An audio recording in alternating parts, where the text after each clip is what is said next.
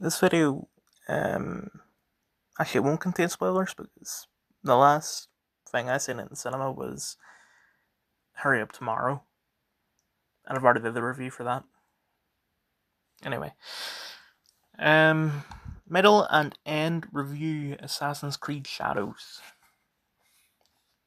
I got up to chapter 7, yeah, in yakuza0, and at that point you unlock the Cabaret Club Czar minigame, and just going through them and repetitiveness of that, I was like, oh yeah, I still haven't finished AC, and that guy never replied to me. Fuck it, let's do this. Went back on, and I thought it would just be like sort of tidying the game up. Like I thought it would only take me 5 minutes, a couple quests here, a couple quests there. That's it, over and done. No, there were a few times where I would send out my scouts for an objective, and it would come back with the objective that I'm looking for, and then another objective, and I go and see what this new objective is, and I do that, and it unlocks a whole other wheel on the objective board.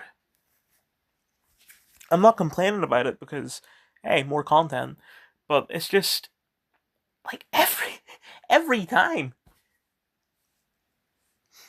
like it was very easy to tell from the first game to Syndicate what you've done and what you haven't done. Like, there's no secrets, you know? But with Origins, Odyssey, Valhalla, Mirage, and Shadows, they don't tell you. That being said, for Origins, Odyssey, Valhalla, and Mirage, it's fine. It's fucking easy to tell, even if they don't outright tell you. For Origins, all you need to do is set the filter to not complete it, and then complete the things you haven't complete, and then you'll get a trophy when you've done everything. That's how you tell. And then Odyssey, just follow AC series, and then Valhalla, just follow AC series, and Mirage, just follow AC series, but also at the same time, there's not much to do. Mirage is more of a spin-off than a full game. But for this, because of how the game works and also how AC series is doing it, I was on my own, so I couldn't tell um, if there was anything left for me to do because I did everything. I did every single quest that was available on the objective board, and then I also used the filters to see if there were any quests that I had yet to start and things like that. I did every single one of those. But when you look at Nawe's skill tree in the Shinobi, I think it is, tree, it says that there's still a skill that I need to progress further in the story to get. So obviously I was missing out something. I had to Google it. So I don't. There's pros and cons to doing it both ways. Like, before the RPGs, they had a section in the pause menu where you could check to see what you actually need to do to 100% the game. You know, main missions, side missions, collectibles, whatever. But they stopped doing that from Origins onwards, and there's pros and cons to doing it both ways. The pros of doing it the way they used to do it is that it feels more. You actually feel like you've done everything. Like you don't have a thought in the back of your mind thinking maybe there's something else that I'm missing. But at the same time, it also kind of feels more rewarding to discover something on your own when they don't tell you. And this isn't going to happen because it's a fucking AC game released in 2025. But if this were released like 10 years earlier, the whole point of it would have been that you can discuss it with your friends. Like, oh, I discovered this quest. Oh, I discovered this quest, and you can just share information with each other, and that'd be great. That'd be fun. As for the overall story, it's not the best. This is the worst AC game since AC3.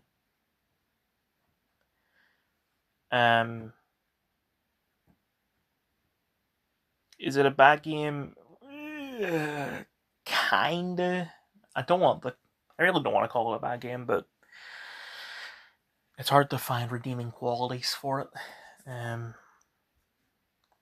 So yeah, the story isn't all that interesting. It's got less of a connection to the assassins than Odyssey did. Voice acting is shit, but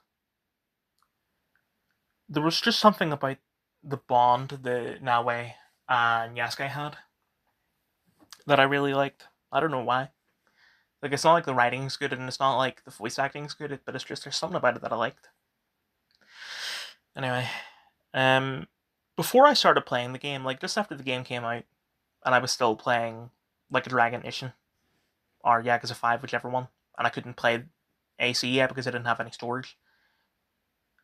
Dylan sent me a video of Yasuke talking to a character called Ibuki. When I seen that video, I didn't pay attention to it because I just read the caption of the video, and that's reading the caption was all I really needed to look at to know that this is just someone hitting on the game. Because it said that, you got a black samurai flirting with someone who is non-binary, and I was thinking, like, there's no fucking evidence that Nawe is non-binary, because I didn't know that it was Ibuki because I didn't pay attention to the video, and then by the time I played the game, I didn't realize that, oh shit, that's two different people. So I thought they were calling Nawe non-binary.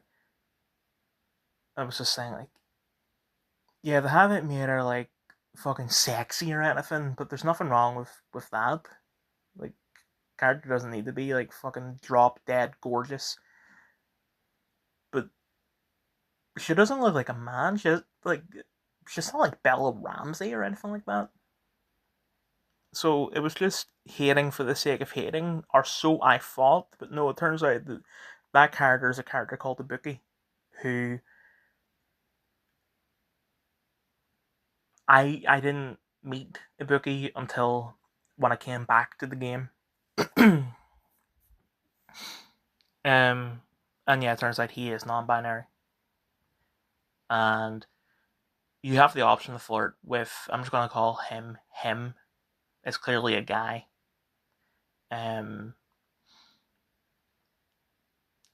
You can only all his quests you can only play as Yasuke. It's a Yasuke exclusive quest line. The dialogue between them, you have dialogue options, and usually it's just normal option and flirty option. And the flirty option is clearly marked by a heart. But even when you pick the normal options, it's still kind of flirty. It's just fucking weird.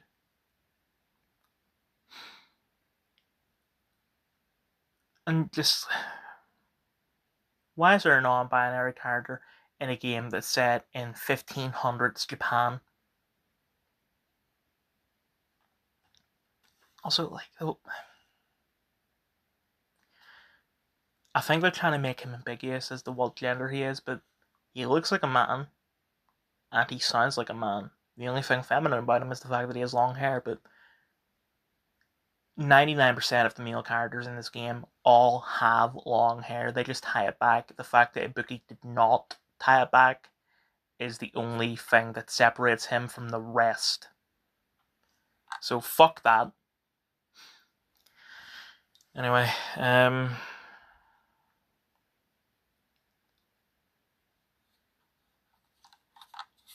going to do this in a separate review, and I'm going to make it official by announcing this.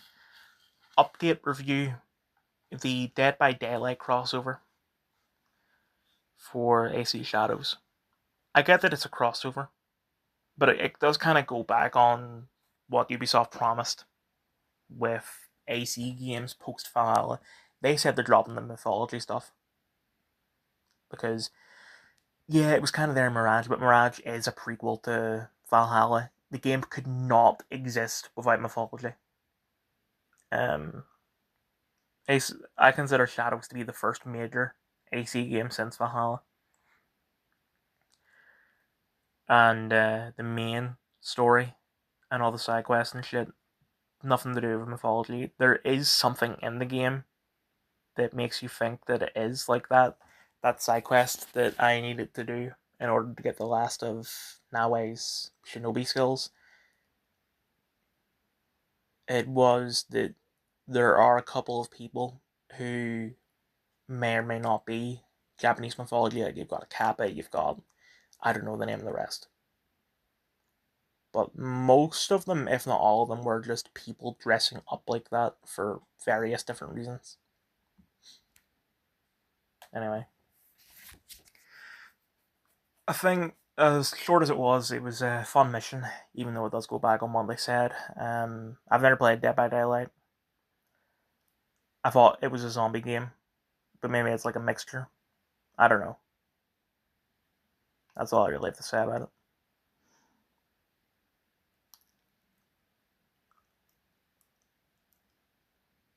Yeah, moving on. Middle review, yakuza0. Game is great. Um, it's been a very long time since I made the beginning review, but excuse me, I'm going to assume that I complained about the fact that you need to buy your skills instead of getting XP and all that. But because this game has a feature where you make money, like kind of like in AC2 and Brotherhood and Revelations, it's actually a really good thing because I can just get every single skill. I thought it was going to be that I needed to grind the shit out of the game in order to get it because you're only getting like maximum 500k per fight, at least on street fights, and you're spending like 5 billion per skill tree. So I thought it was absolute bullshit. Even though I've got like so many multipliers on. I've got all the ones you can get with your completion points, and I've got one for Majima where every step he takes, he makes money. um, but I'm glad that they've put in the real estate stuff. There's also the cabaret stuff, which I've done all that. The last thing I've left to do for that is to fight the assistant, which I'm gonna wait until the end of the game because I'm not gonna grind out the cabaret club to get money. What I'm gonna do is wait until the end and then use the real estate and get all the money through that, then send it to Majima, buy all the skills, then do that, and then I've also got Komaki's training. Speaking of the training in this is fucking easy. Like there were a couple I thought were going to be hard, like the one for the rush style for Kiri, where you have to dodge a guy for a minute. I only fielded that like twice, but I've done all of that. I've done all of the beast style. I've done all of the brawler style. Um, and I've done all of the breaker style and the slugger style. The only thing I've left to do is the fog style for Majima, which I'm going to wait until I get all the slugger skills to do that. But I'm just surprised because I mean, like, take Yakuza 5 because you had that guy at the very start of the game who he was kind of tough, but it was whatever. And then he appears at the end of the game and you fight him and his granda, and it's like the hardest thing ever. So I'm just surprised that they made it so easy in this.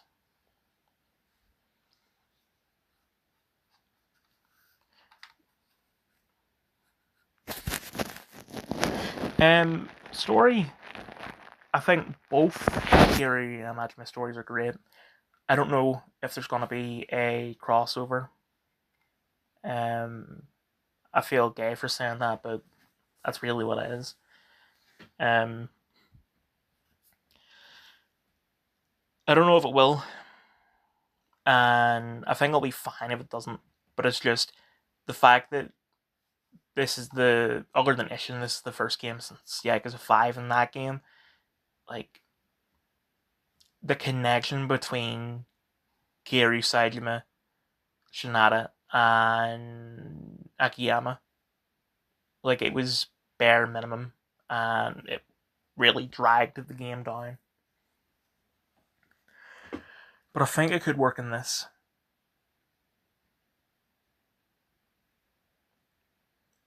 I seen a post a while back about the sub stories in this game in particular that while every other game is kind of like the sub stories in this are like when you really think about it, it's really fucked up. It's like all CIA mind control and shit. But I mean, they're no different than the sub stories in the rest of the series. So I don't know what that guy was talking about. I think that's all I have to say. No hard feelings. Mixed ratings. I watched it on Netflix with Binman. Jennifer Lawrence, Matthew Broderick, Natalie Morales, Scott MacArthur.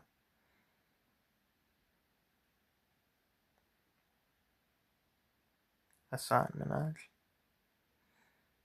Ebon Moss Backrack.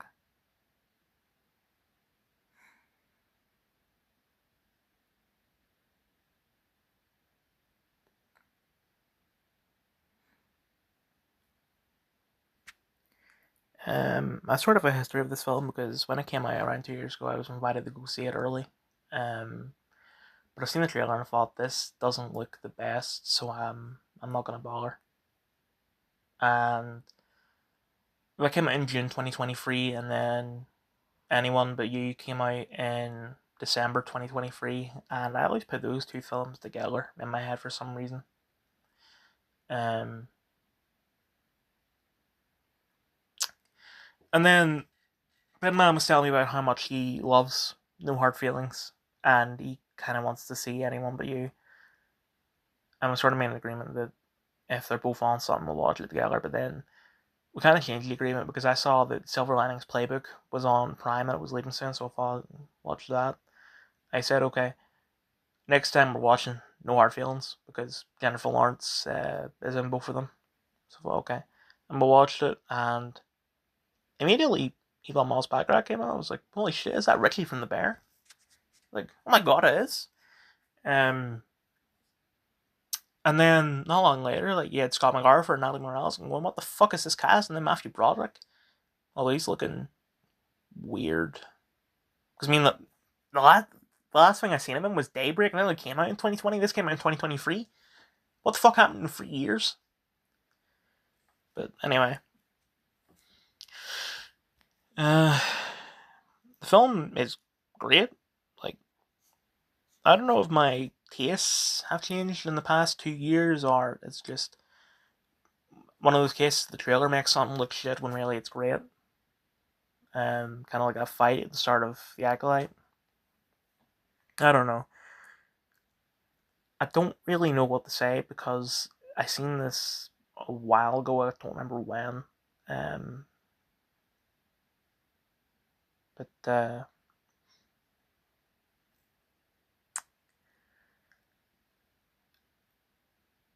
I just really enjoyed it. I can't think of anything else to say.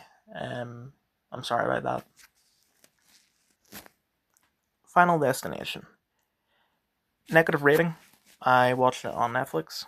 Ali Larder, Tony Todd, Sean William Scott, Nicholas D'Agosto appears in Final Destination 5, not this one.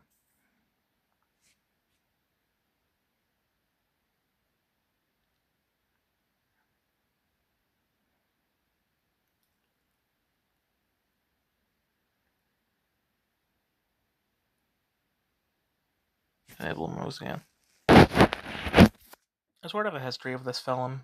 release a series, because there was a clip on YouTube where they took one of the deaths from Final Destination 4 or 5. It was one of a cheerleader, or something like that. Um, they took that scene and added the song Intermission by Blur to it, and I love that song. Um, just, I hadn't seen anything from Final Destination before. I don't know if I knew what the plot of it was. I just knew it was a horror film. Um,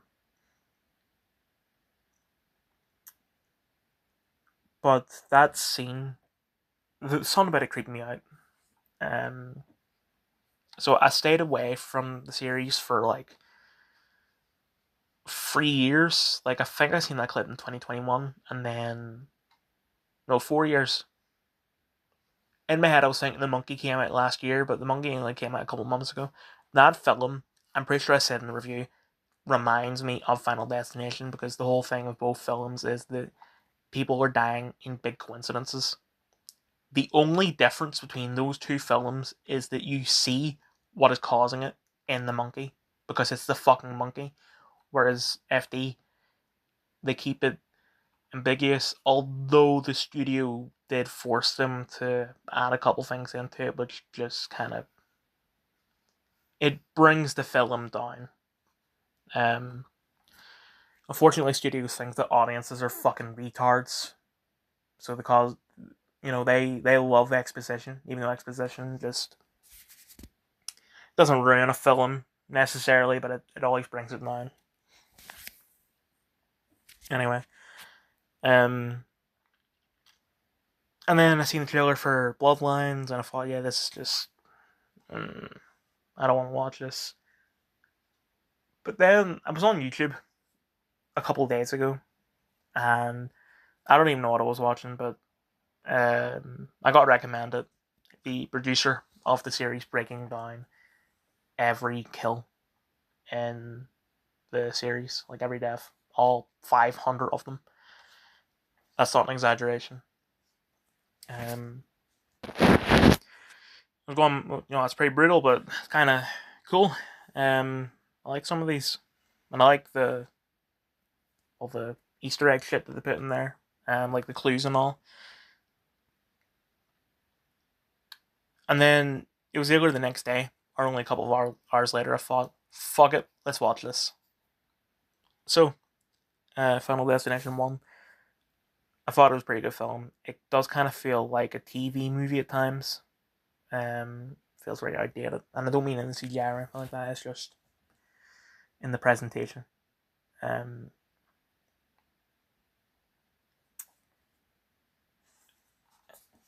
it's weird seeing Ali Larder in this, because I've been watching Landman, and Ali was 24 when she did this film. She is currently 49, and it just feels weird that if Landman came out like 5-6 years ago, she would not be playing Billy Bob Thornton's wife. She would be playing his daughter. There is a 21-year difference between those two, and it's so fucking weird that someone born in 1976 was 24 years old in 2000 and will turn 50 next year. Anyway.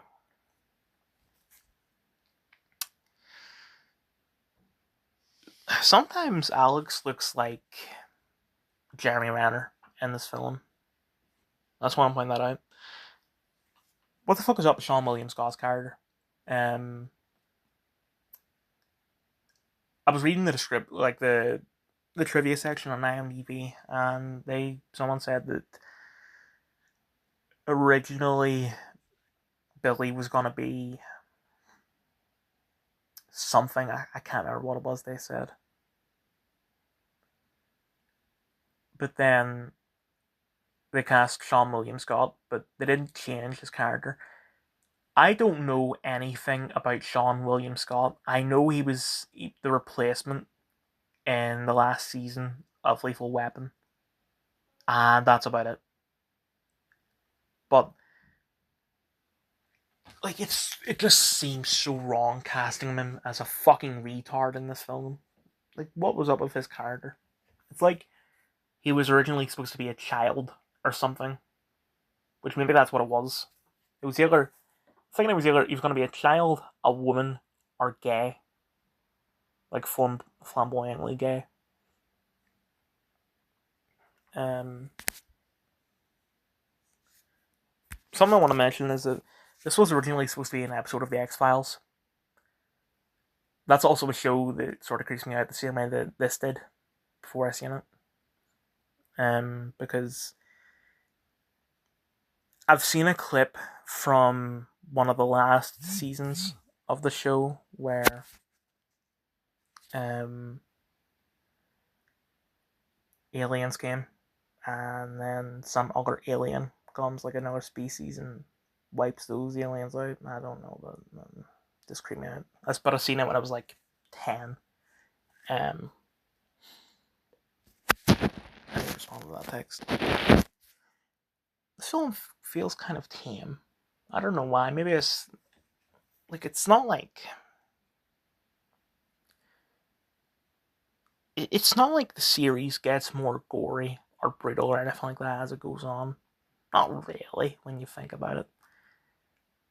Like, it's always been extreme. Um, well, I don't know why I feel like that. Maybe it's because of the made-for-TV vibe that it gives off. Final Destination 2. Mixed ratings. I watched all on Netflix.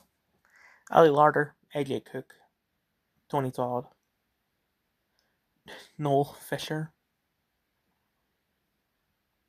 TC Carson.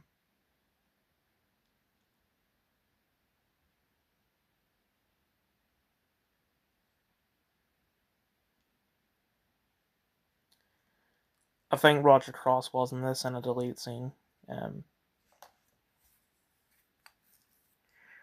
knew AJ Cook was in this because I'd seen a clip from a deleted scene of her swearing, and it was kind of weird because of all the shit that was going on with Criminal Minds. Speaking of, like, I find it weird that every film in the series has at least one person I recognize. Like, when it comes to Saw, other than the series mainstays, like the people that I know from Saw, like Tobin Bell, there's not a lot of celebrities that I'm like, oh goddamn, they're in that. The only person I can think of is Roderick, being in Saw 6. Oh, and there was also Carlo Rota and Julie Benz in Saw 5, but I can't really think of anyone else. But no, for this, like, FD1, Ali Larder, FD2, AJ Cook, FD3, Mary Elizabeth Winstead, and Amanda Crew, FD4, Nick Zano, FD5, Nicholas D'Agosto, and then FD6, Breck Bassinger. Anyway, I think as a sequel, this for second film in the series, this does its job really, really well. Like, bringing Claire back and keeping her for the majority of the film, and then killing her off, I felt really good. And the whole thing of all the survivors in this have a connection to the plane crash in the first film. But the problem with doing that is that if you make a sequel to this, if you make a Final Destination 3, you're either going to have to keep doing that where everyone is connected to everyone, or you just drop it. And either way, it's not going to be good. So, making that choice in this film kind of fucks over the rest of the films. In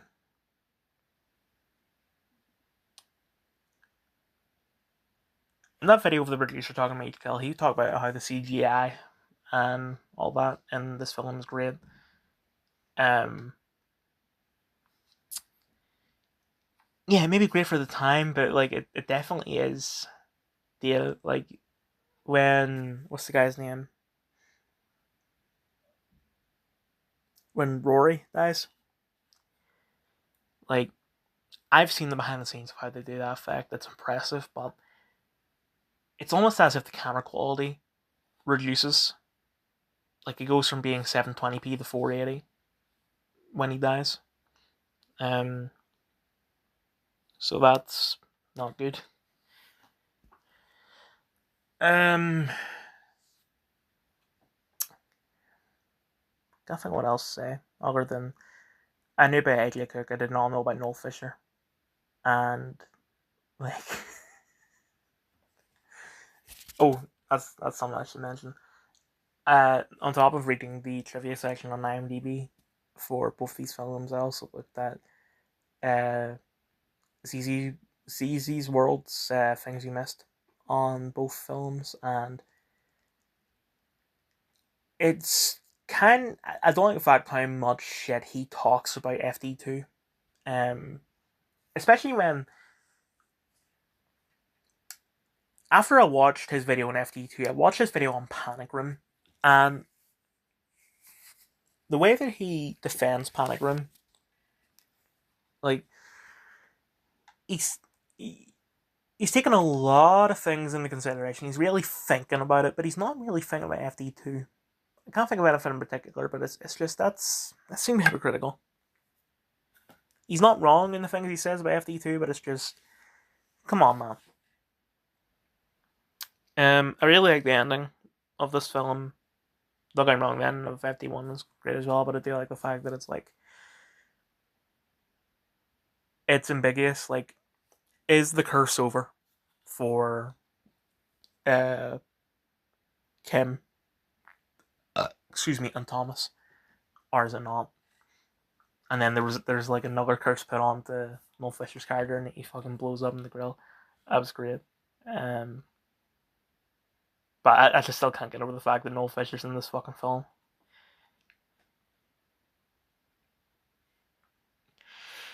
I don't know what else to say. C2 mixed ratings, so watching on Netflix.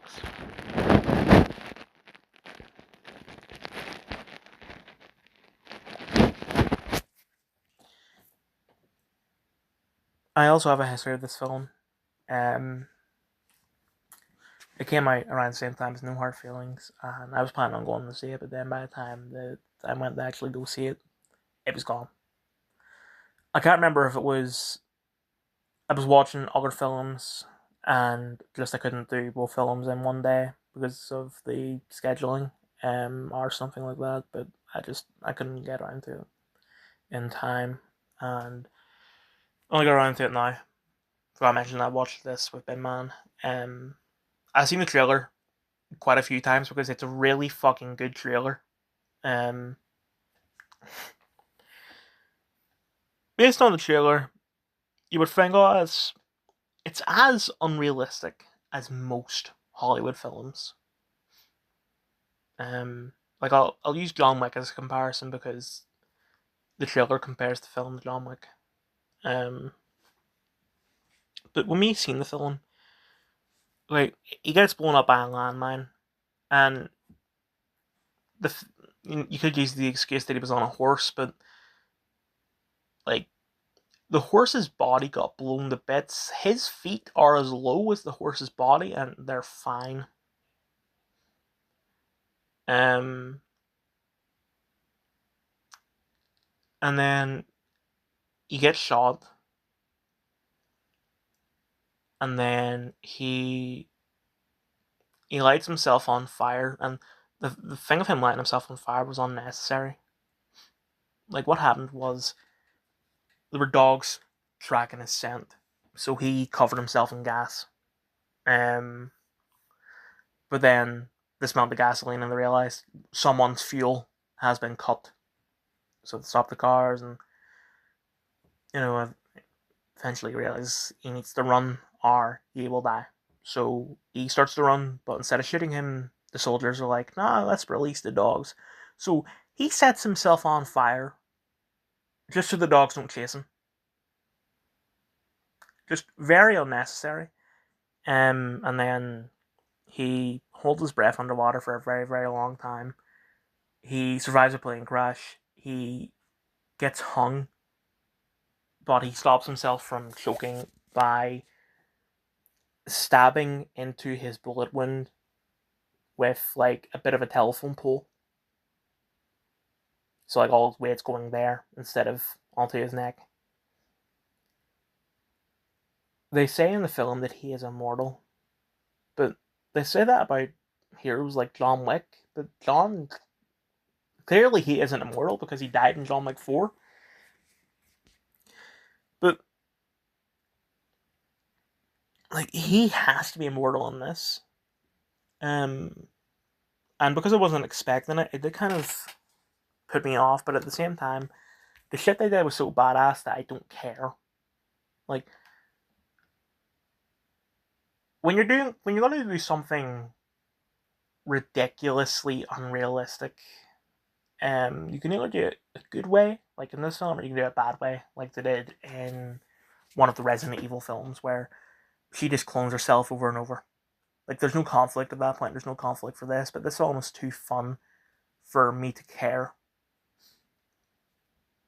That's all I really have to say.